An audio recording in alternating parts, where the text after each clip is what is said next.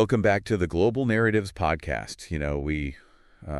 Sometimes we get source material that's just out there. Right. And this one definitely qualifies. You've sent us a collection of articles and excerpts about the possibility of Canada becoming, Oh, wow. wait for it, the 51st U.S. state. It's a fascinating concept to consider, especially considering the source of this idea. Right. Former U.S. President Donald Trump. I know. To even think that a world leader Yeah. would even suggest absorbing an entire country. I know. Especially one as prominent as Canada. It does seem a bit wild, right? Yeah. But that's what we're here for. Absolutely. We're diving deep into this annexation idea, exploring both sides, the potential impacts, and maybe even uncovering some historical parallels. Yeah, along the way. Exactly. And to be clear, we're not here to endorse any particular viewpoint. Right. We're simply trying to understand the different perspectives and the historical context Right. surrounding this unusual concept. Exactly. Yeah. So let's jump right in. Okay, we've got some quotes from Trump straight from the sources, and his reasoning is pretty straightforward. Okay. He talks about eliminating tariffs, Canadians getting lower taxes, Right. and even mentions perfect military protection. Wow. It almost sounds like a sales pitch, right? It does have that feel to it, doesn't it? Yeah. Yeah. What's intriguing, though, is that this kind of rhetoric has virtually no precedent in modern U.S. foreign policy. Really? It really goes against the grain of the post-World War II order, which is built around respecting national sovereignty. Interesting. Yeah. And let's not forget the Canadian response. Oh, yeah. We've got Prime Minister Trudeau basically saying, not a snowball's chance in hell. I love that quote. It seems like the Canadian public is overwhelmingly against the idea. Yeah. And their leaders have been extremely clear about their stance. Trudeau's response is not surprising at all. Right. Canada has a deep-rooted national identity. Yeah. And if we look back to the 19th century, fears of U.S. expansionism actually played a big part in Canada's formation. It's like this whole conversation is stirring up some old ghosts, eh? Right. But here's where it gets really interesting. Okay. Even though annexation is highly improbable, Yeah. Trump's words have had some unintended consequences. Like what? We've got sources talking about a surge in Canadian patriotism. Oh, wow. And even like Canada's not-for-sale merchandise flying off the shelves. Wow, that's amazing. It's kind of funny. It is a fascinating paradox, though. Right. This rhetoric, maybe intended to disrupt or gain leverage, might have actually strengthened Canadian national identity. Okay, so let's get down to brass tacks. Okay. If annexation is practically off the table, Yeah. what could be the motivation behind these statements? Well, there are a few possibilities. Okay. One is that it's a way to unsettle the diplomatic status quo, Okay. to introduce uncertainty and maybe gain leverage in other areas like trade deals. So it's a power play trying to shake things up a bit. Exactly. Kind of like a high-stakes poker game? Exactly. Okay. Another possibility is that it appeals to a specific segment of U.S. voters, Uh-huh. those who view the expansion of American power favorably. Right. It might not be about Canada itself, Right. but about the image it projects back home. Okay, interesting. So even though annexation is highly unlikely, let's play devil's advocate for a moment. Okay. Let's say, hypothetically, Canada did become the 51st state. What would that actually look like? Well, for starters, get ready for a seismic shift in U.S. elections. Oh, really? Did you know that Canada's population would make it the largest state, surpassing California? Whoa, really? It is, and that translates to a lot of political power. Right. We're talking 2 senators, an estimated 55 House seats, and a whopping 57 Electoral College votes, Wow. exceeding California's 54. That's a lot. Imagine the impact on swing states and future presidential elections. Talk about a political earthquake. Right. Okay, so besides the political shakeup, Yeah. what about the economic side of things? Okay. Our sources mentioned potential benefits like increased trade and a larger, more competitive market. Sounds good on paper, right? Sure, but we need to look deeper. Okay. Would these benefits outweigh the costs? Right. Would smaller Canadian businesses be able to compete with larger U.S. corporations? Good point. And what about the Canadian dollar? Yeah, good point. Speaking of specifics, our sources also mentioned the potential impact on healthcare costs. Oh, yeah. A big deal for Canadians used to their universal system. Right. And then there's the whole metric versus imperial units situation. Oh, yeah. Would Canadians be trading kilometers for miles? Oh, man. I know. It's not just numbers and measurements, though. Right. We need to consider the social and cultural impacts of merging 2 distinct societies. Right. Canada has its own history, Yeah. approach to healthcare and social welfare, Right. and a strong national identity. Right. How would that blend with the U.S.? That's a big question. Our sources highlight the differences in healthcare costs and accessibility. Canadians are proud of their system, Yes. often lauded for being universal and affordable. Right. While the U.S. system, well, let's just say it's known for being a bit more complicated and expensive. A little bit, yeah. Right. And there's the question of bilingualism. Oh, right. Canada has two official languages, English and French. Yeah. How would that fit into the U.S. system? Merging two distinct cultures, even ones as closely intertwined as Canada and the U.S., would definitely come with a whole host of challenges. For sure. It makes you wonder if all this talk of annexation could actually backfire Right. and strengthen Canadian national identity even more. It's a possibility. Sometimes the suggestion of a threat can actually solidify a sense of unity and shared identity. Right. People start to reassess what's important and what they're willing to defend.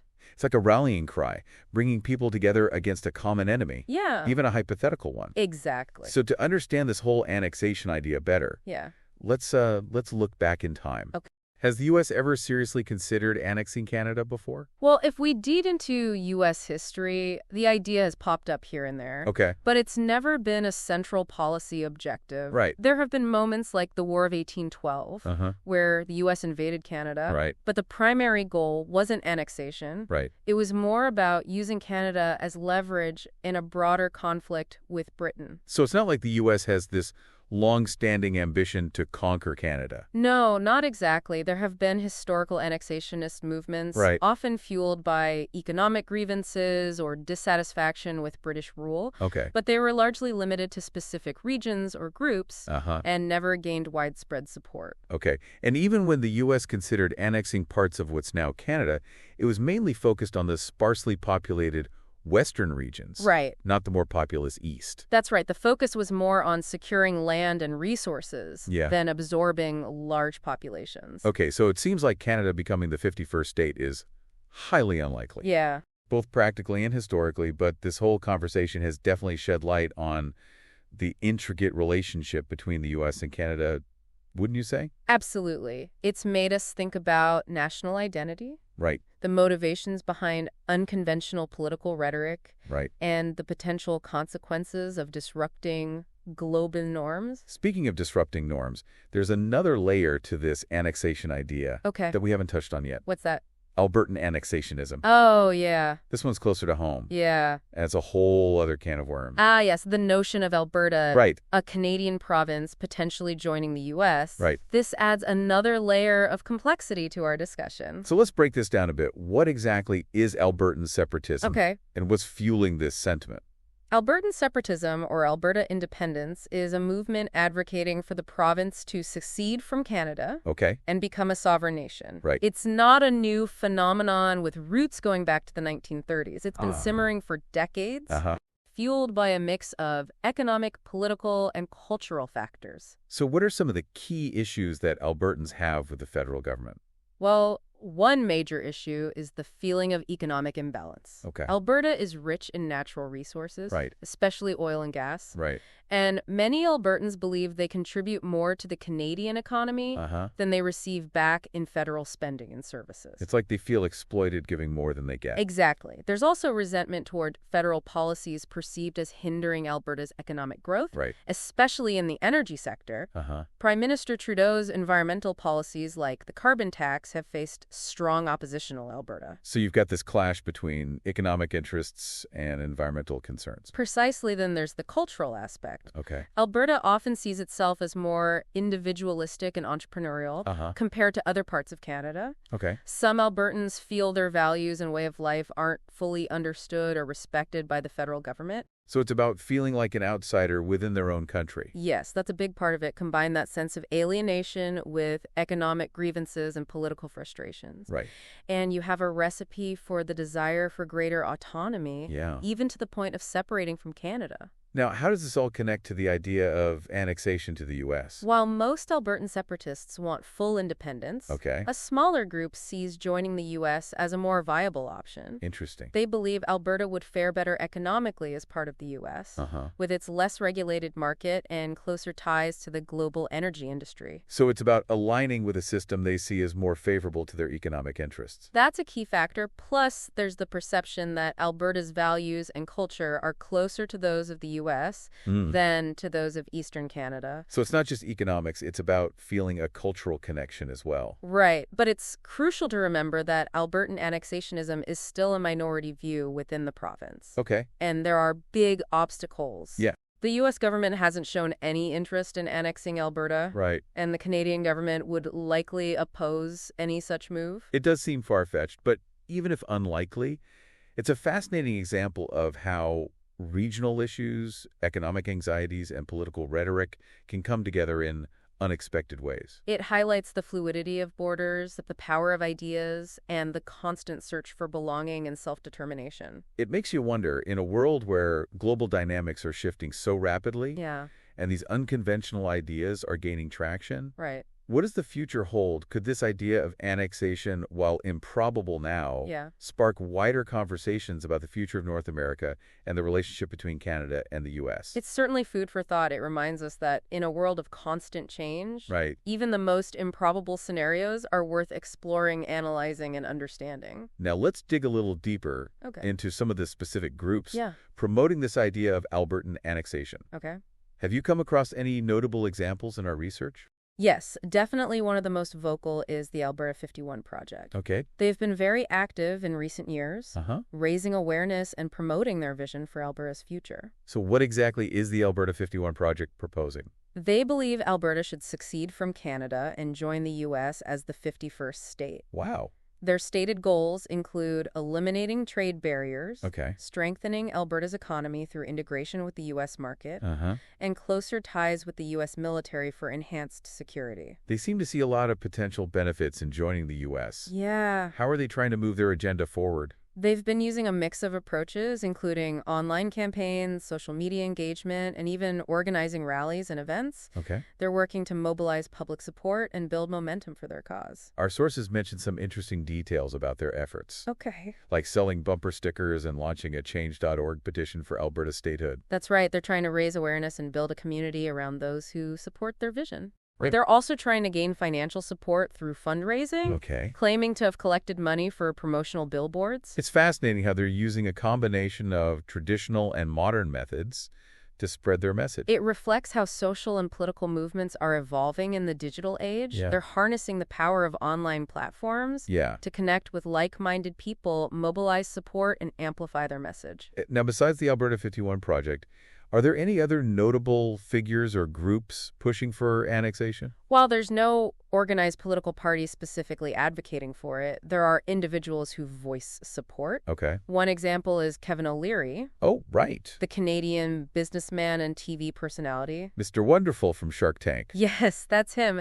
He's been vocal about his belief that Alberta would be better off economically as part of the U.S. Right. And he's even facilitated meetings between Alberta Premier Danielle Smith Uh-huh. and Donald Trump to discuss energy relations and potential closer ties. So he's using his platform and connections to influence the conversation. Exactly. He's a prominent figure, and his endorsement, even if informal, Right. adds a certain level of legitimacy and visibility to the idea. What about Danielle Smith herself? What's her stance on annexation? It's a bit more nuanced. Okay. While she's met with Trump Right. and expressed sympathy for some of the grievances driving Albertan separatism, Okay. she hasn't explicitly endorsed annexation. Right. Her focus has been on securing greater autonomy for Alberta within Canada, Uh-huh. especially on issues like energy policy and resource management. It sounds like she's walking a tightrope, Yeah. trying to appease her base, which includes a significant number of separatist sympathizers, Yeah. while maintaining a functional relationship with the federal government. It's a delicate balancing act for sure, a reminder that politics is often about navigating complex and sometimes conflicting interests. Especially in a province like Alberta where regional identity is so strong Yeah. and economic anxieties are running high. Now, even though annexation is unlikely, the fact that it's being discussed and there are groups actively promoting it Right. tells us something about the current state of things. Yeah. It reflects a growing dissatisfaction with the status quo, Yeah. both in Alberta and beyond. It's a sign of the times, wouldn't you say? Right. In a world where globalization is facing pushback and nationalism is on the rise, Uh-huh. people are questioning established systems and searching for new ways to define their identities and secure their interests. Which brings us to a crucial question. Okay. If annexation isn't the answer, Right. what are the alternative solutions to address the underlying issues driving this sentiment. That's the million-dollar question. Right. It's one that demands serious consideration and open dialogue. Yeah. We need to find ways to create a more inclusive and equitable system. Right. Where regions feel heard and respected and economic opportunities are more evenly distributed. It's about making the whole greater than the sum of its parts. Precisely. And that requires both political will and creative solutions. Right. It's about listening to the concerns of those who feel alienated, Right. addressing their legitimate grievances, and finding common ground on issues that divide us. It's about building bridges instead of walls. Exactly. It's a process that requires empathy, understanding, and a willingness to compromise. Yeah. It's not easy, Right. but it's essential for the long-term health and stability of any nation, especially one as diverse and complex as Canada. Now let's shift our focus back to the broader implications of Trump's annexation talk. Okay. Even if it's not a serious policy proposal, what does it say about the current state of U.S.-Canadian relations? It's definitely not a sign of a healthy and stable relationship. Right. It creates tension, mistrust, and uncertainty, Right. undermining the cooperation and partnership that have all characterized the U.S.-Canadian bond. Our sources highlight how Canadian officials have strongly criticized Trump's rhetoric, Yeah. seeing it as disrespectful and damaging to Canada's sovereignty. And rightfully so. It's a clear violation of diplomatic norms. Right. And a departure from the mutual respect that has defined their relationship for decades. Beyond the immediate diplomatic fallout, Yeah. there are longer-term consequences. Like, how does this rhetoric impact the perception of the U.S. on the global stage? it's not a good look. Right. It reinforces the image of a country willing to bully its neighbors, Right. disregard international norms, Right. and prioritize its own interests above all else. And in a world where global power dynamics are constantly shifting and alliances are being tested, Yeah. this kind of behavior can have far-reaching consequences. Right. It can weaken the U.S.'s position as a leader and a reliable partner. Absolutely. It makes other countries hesitant to align themselves too closely with the U.S. Right. for fear of becoming the next target of its aggressive rhetoric or actions. So it's a self-defeating strategy in the long run. Precisely, it undermines the very power and influence the U.S. is trying to project. Let's dive into the specific ways Trump's annexation talk has impacted relations. Okay. Our sources mention a few key areas where we can see the strain. What are those? One area is trade. Mm-hmm. Trump's repeated threats of tariffs have created uncertainty and anxiety for Canadian businesses exporting to the U.S. Yeah, it's not just the potential economic damage, Right. but the erosion of trust. Right. When a country's leader constantly threatens economic punishment, Right. it makes building and maintaining strong trade partnerships very difficult. Absolutely. It creates a climate of fear and instability, which isn't conducive to a healthy and mutually beneficial economic relationship. Absolutely. Then there's the impact on border security. Okay. Trump's rhetoric has fueled a sense of insecurity along the U.S.-Canadian border, Yeah. leading to increased scrutiny and delays at border crossing. And it goes beyond practical inconveniences. Right. It's about the symbolic significance of a border that has long represented friendship and cooperation. Right. When that border becomes a source of tension and suspicion. Right. It weakens the very foundation of the relationship. And beyond trade and border security, there's the broader question of diplomatic relations. Okay. Trump's annexation talk has created a rift between the two governments, Yeah. making it harder to cooperate on issues of mutual interest, like climate change defense and intelligence sharing. Exactly. When there's a lack of trust and respect at the highest levels, Right. it affects all aspects of the relationship. Right. It becomes harder to find common ground, negotiate effectively, Yeah. and build consensus on critical issues. So it's not just about words, it's about the tangible damage those words can inflict on a relationship. Right. Long considered one of the most successful and enduring partnerships in the world. Absolutely. It's a cautionary tale about the power of language, the fragility of trust, and the importance of responsible leadership on the global stage. Now, despite the current strains, it's essential to remember that the U.S.-Canadian relationship is built on shared values, intertwined economies, and deep personal connections. It's weathered storms before, and it's likely to endure this one, too. That's a hopeful perspective. It's crucial to highlight the resilience of the relationship and the underlying bonds connecting the two countries. Right. But we must acknowledge the damage done Right. and the work needed to rebuild trust and restore the spirit of partnership. Exactly. It's about learning from past mistakes, Yeah. recommitting to shared goals, and finding ways to address the legitimate concerns of both sides. It's about recognizing the interdependence of the two countries and working together to create a future that's both prosperous and secure. Now let's step back and consider the broader historical context of U.S. expansionism. Okay. Throughout its history, the U.S. has acquired vast territories, Right. often through conquest, purchase, or annexation. Yeah. How does this history inform our understanding of the current situation with Canada? It's crucial to remember that U.S. expansionism has been driven by a mix of ideologies, economic interests, and geopolitical ambitions. Manifest destiny, for example, was a widely held belief in the 19th century Yeah. that the U.S. was destined to expand across the North American continent. So it was a sense of entitlement, Exactly. of a divine right to expand. Exactly. And this belief fueled westward expansion, Uh, often at the expense of Native American tribes and other nations like Mexico. right. The annexation of Texas, the Mexican-American War, and the acquisition of vast territories in the West Right. were all driven, at least in part, by this expansionist ideology. So there's a historical precedent for the U.S. seeking to expand its territory, even if it means using force or coercion. Unfortunately, that's part of the U.S.'s history. Right. But it's also important to note that U.S. expansionism has evolved over time. Okay. The 20th century saw a shift away from outright territorial conquest Okay. toward more subtle forms of influence, such as economic dominance and military intervention. So it's less about grabbing land Right. and more about shaping the global order to suit U.S. interests. Precisely. And in the context of the current situation with Canada, Right. it's essential to consider whether Trump's annexation talk is a throwback to a bygone era of territorial expansionism or reflects this more modern approach to projecting power and influence.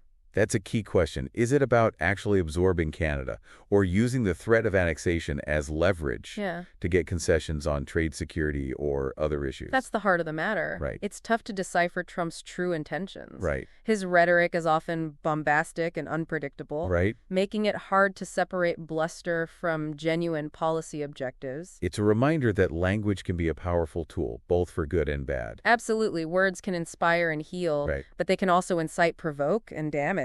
Right. And in international relations, the consequences of careless or inflammatory language can be profound. Now let's discuss the potential legal and political hurdles to annexation. Okay.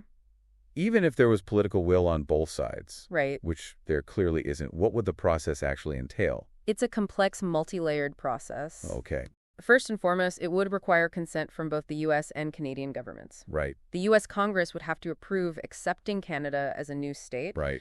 and the Canadian Parliament would have to agree to relinquish its sovereignty. So it's not a matter of one country imposing its will on the other? No, it would have to be a mutually agreed-upon decision. Okay. Given the overwhelming opposition to annexation in Canada, it's safe to say this scenario is highly improbable. Right. But for argument's sake, let's say both governments did agree to annexation. Okay.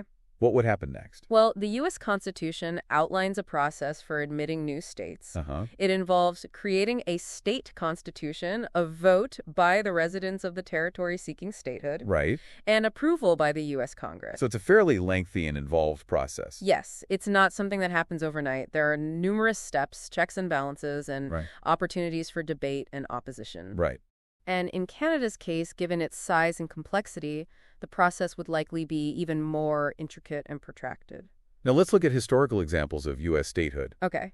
Are there any parallels we can draw to the hypothetical situation with Canada? The U.S. has admitted 37 states since its founding, Wow. each with its own unique circumstances, Right. but a few examples might offer some insights. Our sources mention Texas and Hawaii Okay. as particularly relevant cases. Why those two? Well, Texas was an independent republic Uh-huh. before joining the U.S. in 1845. Okay. It shows that annexation doesn't always involve a territory being absorbed by a larger power. Right. It can also involve a sovereign nation choosing to join another. So it's about a voluntary union rather than a forced takeover. Exactly. And in the case of Hawaii, Okay. it was a kingdom before being annexed by the U.S. in 1898. Okay. It's more controversial, Right. as many Native Hawaiians oppose the annexation, Huh. and some see it as an act of imperialism. It reminds us that annexation can be complex and contested with winners and losers. Precisely, these historical examples highlight the importance of considering all perspectives Right. and ensuring any annexation process is fair, just, and respects everyone's rights. Even though annexation is highly improbable, exploring these hypothetical scenarios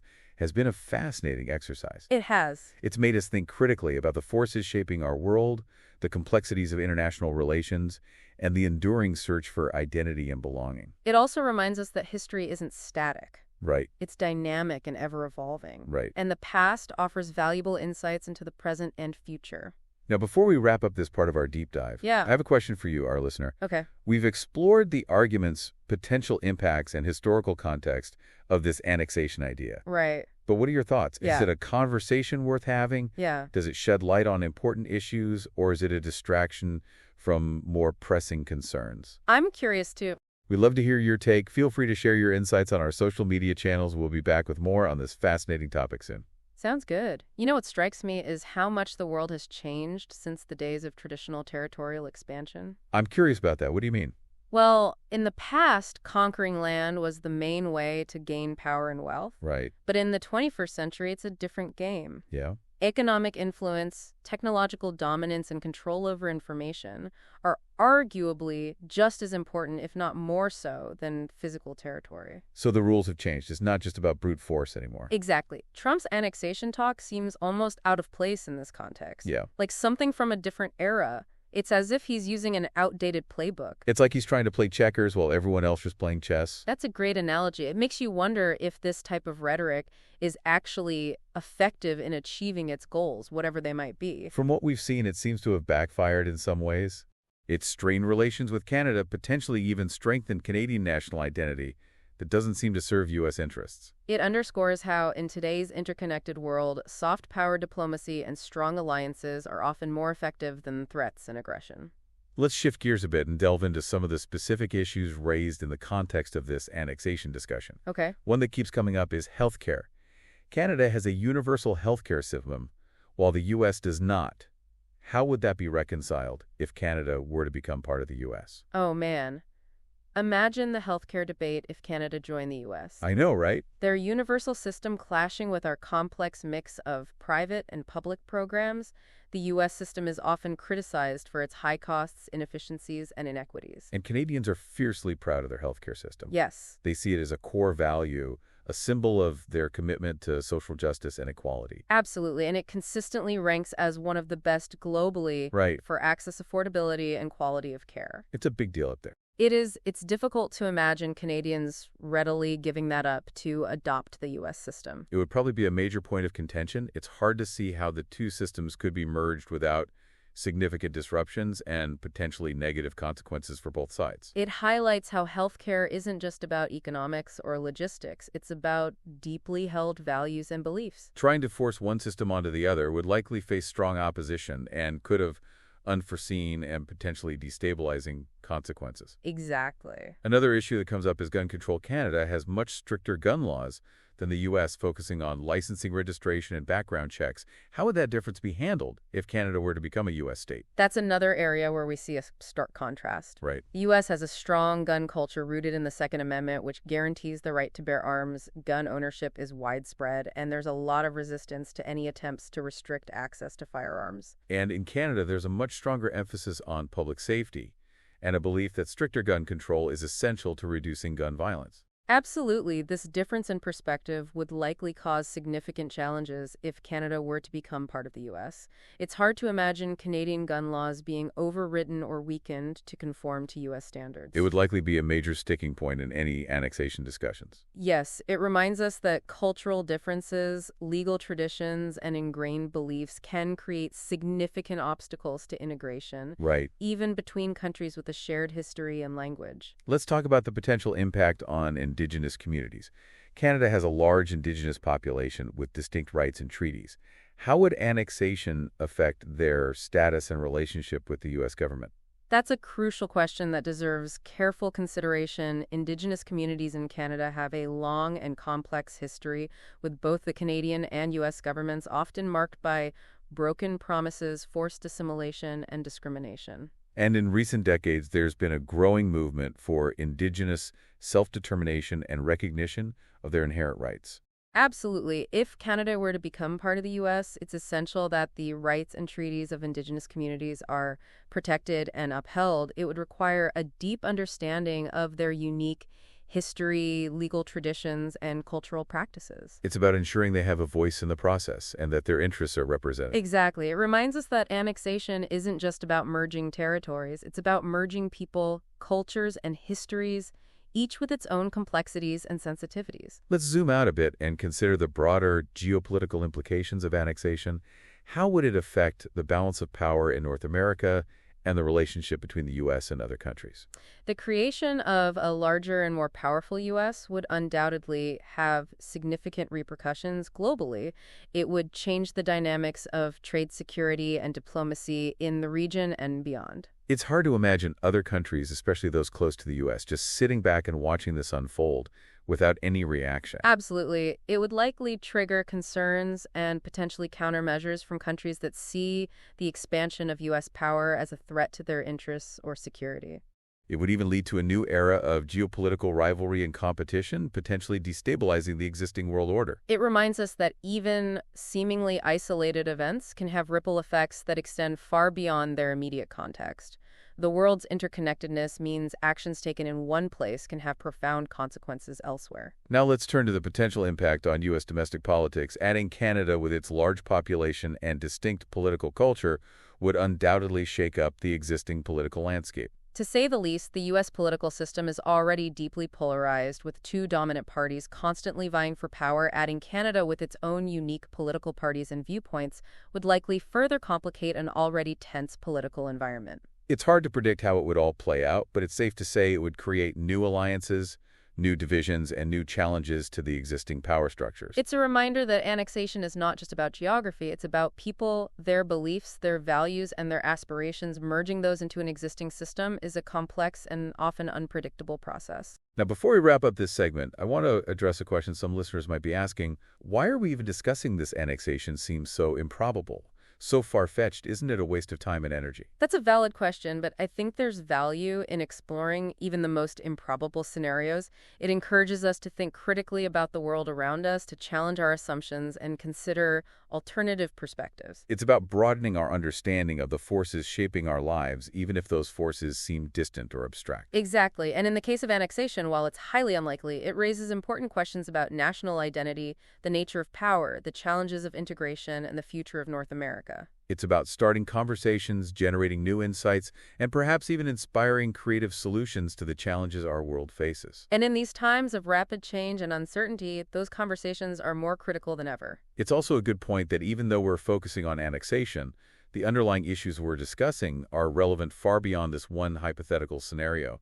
You're absolutely right. The themes of economic anxiety, cultural identity, and political polarization are playing out worldwide, not just in U.S.-Canadian relations. Exactly. So even if you're listening to this thinking, well, I'm not Canadian, this doesn't really apply to me, there are still some universal takeaways here. If we look at the bigger picture, what we're seeing is a kind of global renegotiation of what it means to be a nation, a citizen, a member of a community. Right. In a world where information flows so freely, economies are intertwined, and people can connect across borders instantly, those old ideas of hard lines on a map begin to feel a bit outdated. And that tension between the old ways and the new realities is where a lot of friction comes from.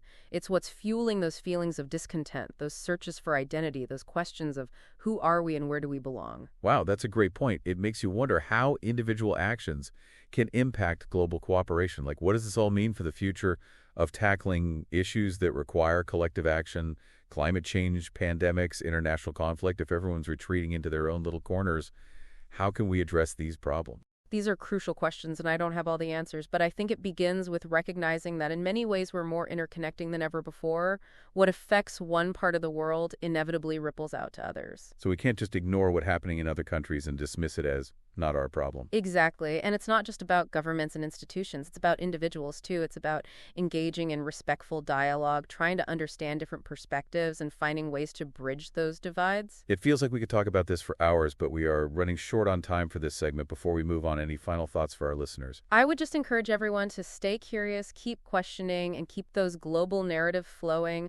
The more we understand about our complex world, the better equipped we'll be to navigate the challenges and opportunities that lie ahead. I think you've hit the nail on the head. The more we learn, the more we understand, the better equipped we are to navigate this increasingly complex world. I couldn't agree more, and that brings us back to the idea of annexation. While it might seem like a fringe concept, Right. it offers a unique lens for understanding broader global trends. That's an interesting point. It's like using this seemingly out there idea as a way to examine these bigger issues of identity, power, and change. Exactly. Think about it. This conversation has touched on economic anxiety, cultural identity, political polarization, Right. the role of technology, and even the changing nature of power in the 21st century. It's been a whirlwind tour of some pretty weighty topics. It has. And speaking of weighty topics, we haven't even gotten into the potential environmental impacts of annexation. Oh, right. What do our sources say about that? Well, that's a crucial aspect that deserves attention. Right. Merging two countries with distinct environmental policies and practices would have consequences, both positive and negative. Okay. On the one hand, greater cooperation on environmental policies could lead to more effective conservation efforts and a more coordinated approach to climate change. That makes sense. A united front against a common enemy. Right, but on the other hand, there's a risk that economic interests might take precedence over environmental concerns, potentially leading to increased exploitation of natural resources and a weakening of environmental regulations. It's a classic dilemma, balancing economic growth with environmental sustainability. Not an easy task. Not at all, and it highlights the need for careful consideration of the potential trade-offs involved in any kind of large-scale political or economic integration. It also raises the question of how citizens would engage in this process. Would there be public referendums? How would different voices be heard and represented? Those are important considerations. Annexation or any significant political change should involve a democratic process where citizens have a voice in shaping their future. It's about ensuring that decisions are made with the consent of the governed, which, based on what we've seen in our sources, seems pretty unlikely in this case. That's right, but even though annexation might not be on the horizon, the conversation itself is valuable. It challenges us to think about the future we want to create and the role we can play in shaping that future. And maybe that's the biggest takeaway here. It's not just about Canada, the U.S., or even annexation. It's about engaging in thoughtful, informed dialogue about the challenges and opportunities facing our world. It's about recognizing our interconnectedness, seeking to understand different perspectives, and working together to build a more just equitable and sustainable future for all. Well said. I think that's a perfect note to end on. Thank you so much for joining us on this deep dive into the fascinating world of geopolitics, national identity, and the unexpected consequences of unconventional ideas. It's been a pleasure. And to our listeners, we'd love to hear your thoughts. What are your takeaway from this conversation? What other global narratives are you curious about? Connect with us on social media or visit our website. We'll be back soon with another deep dive into a topic that's sure to spark your curiosity and get you thinking about the world in new ways. Until then, stay curious.